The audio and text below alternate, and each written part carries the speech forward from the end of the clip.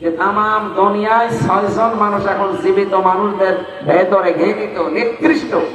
শুধু আমরা না, তামাম দুনিয়া তাদের ঘৃণা করে। এটারে দেখেছেন না, তামাম দুনিয়া কেউ নিতে তাকে রাজি না। নিরাপদ একটা জায়গা পেয়েছে, স্বামীর বাড়ি কোণে চালিয়ে দিয়েছে। না, এটা মিথ্যা কথা। যতই আপনি চালিয়ে দেন যে আমাদের স্বামী স্ত্রীর সম্পর্ক, এটা তো সম্ভব না। কারণ দাদা তো ফুল হাতা আর আমরা হাত হাতা। দাদার এখন এই বয়সে যদি মুসলমানি যাওয়া লাগে, আপনি হাসাম পাবেন কোথায়? এরকম বুড়ো হাসাম লাগবে। আর বুড়ো মানুষের হাতে ছুরি দিয়ে আপনি মুসলমানি দেবেন, দেখা যাচ্ছে আগা কাটতেছে গোড়া। দাদা জীবনের মতো মুসলমানের স্বাদ মিটে যাবে। ওদের মুসলমান হবে না, এই জন্যই তো এত অত্যাচার করছে।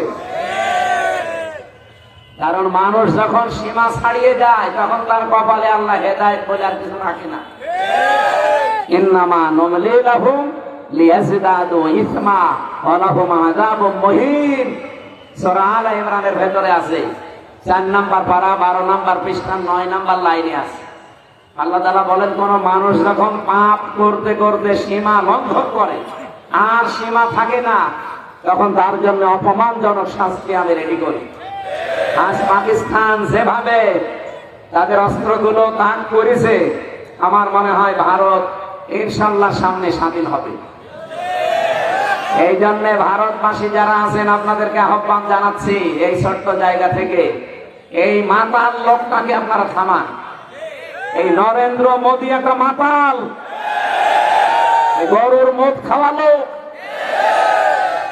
এই শয়তানরা যদি আপনারা না থামান না, শেষে দেখবেন মুসলিম বিশ্বের 57টা দেশ এক হয়ে গেলে মানচিত্র থেকে পৃথিবী থেকে হারিয়ে যাবে।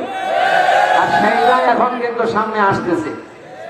আমরা চাই এই লোকটা যেন থামে এবং পৃথিবীর মানুষেরা যেন একটু শান্তিতে থাকে। যেহেতু মানুষের সম্মান নিয়ে ছিনিমিনি খেলছে, মুসলমানদের ওয়াকফ করার সম্পদগুলো এখন অবৈধ আইন বানিয়ে সেগুলো আপনারা নিজেদের দখলে নিয়ে নিচ্ছেন। ও জিনিস কি আপনাদের? ওগুলো আমাদের বাপ দাদা মুসলিমদের। এই কথা বলে না কেন? আল্লাহর নবীর কথা কি শুনলাম? যে জিনিস আপনার না, ওটা যদি দখল করে নিজের আয়ত্তে নিয়ে নেন, ওই দিন থেকে আপনি নবীর উম্মত না। যেহেতু ওরা উম্মত দাবি করে না, এগুলো ওদের জন্য না। কিন্তু আমাদের বাংলাদেশে এটা আমার মনে হয় মেলে। আগস্টের 5 তারিখের পরে আমরা অনেকের চরিত্র দেখতে পেলাম, যে জিনিস তার না, জোর জবরদস্তি করে দখল করে নিজের আয়ত্তে নিয়ে নিয়েছে। হ্যাঁ হয়েছে, আমিও জানি। আগস্টের 5 তারিখের পর থেকে অনেকে বিসমিল্লাহ ছাড়াই শুরু করেছে, যে বাবা শাহজালাল সব হালাল।